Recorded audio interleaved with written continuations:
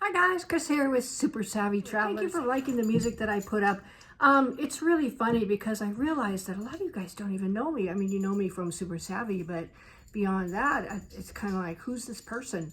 And, you know, I have a whole history of being a musician. Back in the, 90s, I played in a rock band called the Tear Magnets, and there was three of us, Oliver Harris, Dennis Dove, and myself.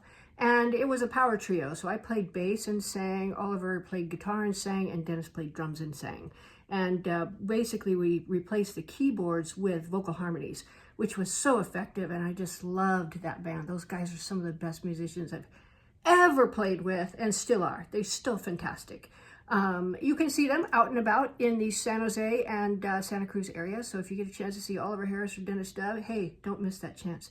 Anyway, so I've been putting up this music that I recorded a long time ago. Many of it was like 20 years ago, and I've really been studying a lot of scenes since then. So I listen to it and I go, but then I go, well, you know, at the time I liked it and people seem to like it.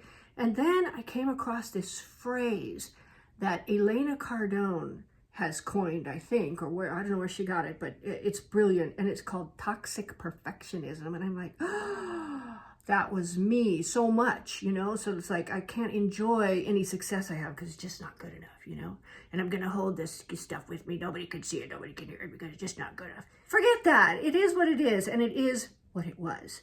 What it is now is different. And you'll see that because now, since I'm no longer a toxic perfectionist, kinda, I'm going to be putting out a lot more music. And I'm just going to put it out there.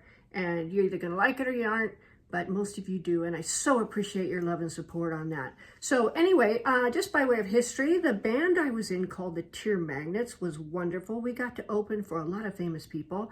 We opened for Ronnie Montrose. That was awesome. That was when, you know, things were really going in that area.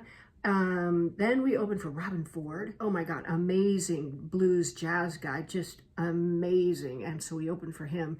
And a little story, you know, he's been one of our guys we really looked up to as far as musicianship and everything else. And we were doing our warm-up set, you know, the sound check. And Oliver's like, oh, I wonder if Robin Ford's going to see me play. And just not, he gets all nervous, you know. And I'm like, Oliver, you know, he's not a tear magnet, right? He doesn't know what we're doing, but he's going to get it when he sees it. And so Robin Ford, during our sound check, he comes out. And, you know, Oliver, God bless the man, even when he was nervous, even if when he was anything else was going on and bull baiting him, he always just pulled it out. And he's an amazing guitar player. And we played this song, and he sparked off this gnarly riff, dude. Oh my God. I mean, it was just classic.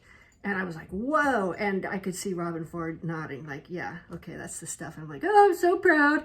Anyway, that was one story. We opened for Clarence Clemens, I think I said, from Bruce Springsteen fame. We opened for Rick Emmett, who was when I first got a TV when I was young. Rick Emmett was on, what do they call it? Saturday night or something like, or Friday night. Yeah, I think it was just called Friday Night Music or Friday Night. And I saw Triumph and Rick Emmett for the first time. I'm like, oh my God, this guy's got some pipes to kill for. And then I decided I wanted to be a singer. I kind of decided before that, but that really made me, oh my God. So, yeah, so we opened up a bunch more. I just don't remember them off the top of my head, but we had so many opportunities in that band. We went down to Madonna's studio down in LA, and we recorded a demo to shop through our attorney, who was also attorney for Fleetwood Mac at the time. We had a lot of really good stuff going on. And it was a really, really good band. And right now I'm on bended knee with Oliver and Dennis going, can we please use some of your music? Because it's so good. Anyway, yeah, then after we kind of went our separate ways, I started a singer-songwriter thing where I just accompanied myself and wrote songs that I could play and sing and did the bookstore circuit and things like that. And then I started a band called the Shadow Opera, which I loved. It was a lot of fun. Pete was on bass, I was on keyboards. I got to play violin and really be able to improvise with my violin, and that was just lovely. And so, of course, I got home here in California. My violin came out. It's going with me to Italy, and a lot of equipment's going with me to Italy or getting rebought over there because this is going to go. And we're going to put the band back together in Italy when we get there. I'm so tired of not doing music. But that doesn't mean we're going to stop doing what we're doing here. We're going to do it all. We're going to do it all.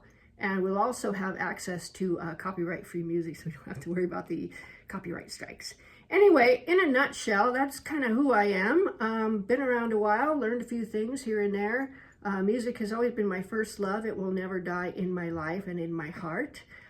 Italy just fits right in with that, as you know from some of the other pieces that I wrote and put with the photographs and the video and stuff like that. And I'm going to record a couple of classical pieces. There's a couple of Ave Marias. The Schubert one, of course, is very lovely, but there's another one that I was like, oh, I'm going to sing this. So there's that, and a couple of arias from La Boheme and Gianni Schicchi, I think that's how you pronounce it, another opera. And of course, all the Handel operas that I absolutely love, the arias from Julius Caesar and that kind of thing. Julius Caesar and Rodelinda, those are my two favorites. Anyway, blah, blah, blah, blah, blah. Just wanted to give you an idea of who I was and what I'm up to, and thank you so much for all your support on the music videos. We're going to intersperse them in. Right now, Pete is working on the video with the doctor that Nick Mehta set up for us. It's his cousin, and the guy's brilliant. So you can hear all about medical costs, medical care in Italy. So stay tuned for that. Also stay tuned because I've just uploaded a full album's worth of music on SoundCloud, and I'm working on that, getting that available to publish and get ready and actually start selling it if you like it. So there's that. Also checking in with Oliver and Dennis on the CD we did with the Tear Magnets called Tribunal. That was a great CD. I still listen to it and I'm still like, I love this band. Anyway, stay tuned for all that. See you soon.